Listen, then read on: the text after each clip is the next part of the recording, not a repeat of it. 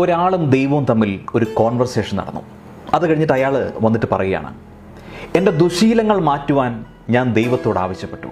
അപ്പോൾ ദൈവം പറഞ്ഞു, ഇല്ല, നിന്റെ ശീലങ്ങൾ നീ ഉപേക്ഷിക്കേണ്ടതാണ്, അതല്ലാതെ ഞാൻ എടുത്ത് കളയേണ്ടതല്ല എന്ന്. എനിക്ക് ക്ഷമ നൽകാൻ ഞാൻ ദൈവത്തോട് പ്രാർത്ഥിച്ചു. എന്നാൽ ദൈവം പറഞ്ഞു, ക്ഷമ ആർക്കും നൽകേണ്ടതല്ല, മറിച്ച് ജീവിതത്തിൽ ഒരാൾ അനുഭവിച്ചു തീർക്കുന്ന അനുഭവങ്ങളിലൂടെ ഒരാൾ ആർജിച്ചെടുക്കേണ്ടതാണ്. എനിക്ക് സന്തോഷം നൽകാൻ ഞാൻ ദൈവത്തോട് പ്രാർത്ഥിച്ചു. എന്നാൽ ദൈവം പറഞ്ഞു, ഇല്ല, നിനക്ക് സന്തോഷം തരാൻ എനിക്ക് സാധിക്കില്ല, എന്നാൽ സ്വയം സന്തോഷം കണ്ടെത്താനുള്ള അനുഗ്രഹങ്ങൾ നൽകാമെന്ന്. അങ്ങനെയെങ്കിൽ എനിക്ക് വേദനകൾ നൽകാതിരിക്കാൻ ഞാൻ ദൈവത്തോട് പ്രാർത്ഥിച്ചു. എന്നാൽ ദൈവം പറഞ്ഞു, ഇല്ല, കാരണം നിന്റെ ജീവിതത്തിലെ യാതനകൾ നിന്നെ എന്നിലേക്ക് കൂടുതൽ അടുപ്പിക്കും. മാത്രമല്ല, ഏതവസ്ഥയിലും നിന്റെ കൂടെ നിൽക്കുന്നവർ ആരൊക്കെയാണെന്ന് തിരിച്ചറിയാൻ ഈ യാതനകൾ നിന്നെ സഹായിക്കുകയും ചെയ്യും.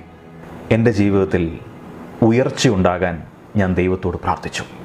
എന്നാൽ ദൈവം പറഞ്ഞു, ഇല്ല, നീ സ്വയം വളരണം, അതിനുള്ള അവസരങ്ങൾ ഞാൻ നിനക്ക് നൽകും, എന്നാൽ അതിനെ ഉപയോഗപ്പെടുത്തി വളരേണ്ടത് നീയാണ്. എൻ്റെ ജീവിതത്തിലെ എല്ലാ സുഖങ്ങളും സന്തോഷങ്ങളും ആസ്വദിക്കേണ്ടതുമായ കാര്യങ്ങൾ ഞാൻ ദൈവത്തോട് ആവശ്യപ്പെട്ടു. എന്നാൽ ദൈവം പറഞ്ഞു, ഇല്ല, അതിനെല്ലാം പകരം നിനക്ക് ജീവിതത്തിലെ എല്ലാ സുഖവും സന്തോഷവും അനുഭവിക്കാനായിട്ട് ഞാൻ നിനക്ക് ജീവൻ നൽകും.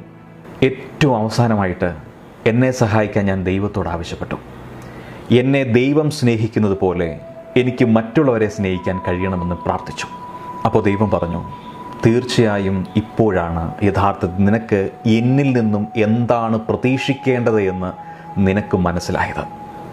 ദൈവം ഇങ്ങനെയാണ്, നമുക്ക് അവസരങ്ങൾ നൽകും, അതിനെ ശരിയായി വിനിയോഗിക്കേണ്ടത് നമ്മളുടെ കഴിവാണ്.